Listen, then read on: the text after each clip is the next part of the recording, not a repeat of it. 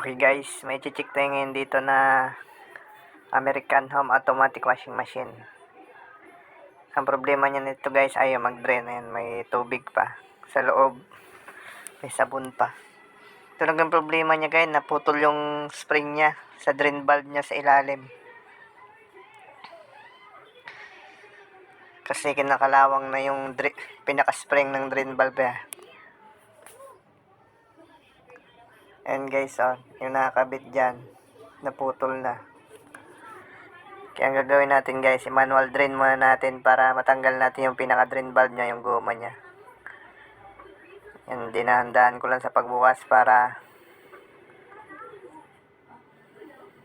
hindi bumulok yung tubig, hindi mabasa yung motor niya at saka yung drain motor.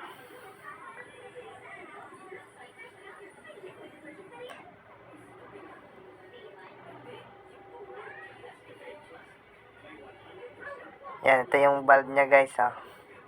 Papalitan natin yan ng goma at saka spring.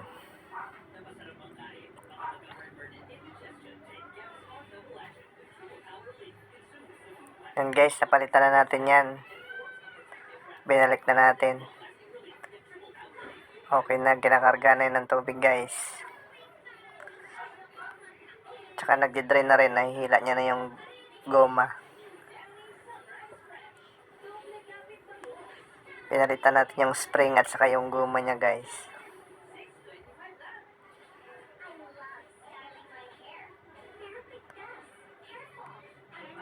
Naputol yun guys dahil sobrang kalawang na. Tagal na rin siguro at babad din sa tubig. Laging nababasa. Ayan guys, ito yung spring na naputol, yung kumakawit doon sa plastic. Ayan, sobrang kalawang na. Tsaka yung goma guys, wala na, wakwak na. Ayan. Pinalitan na guys.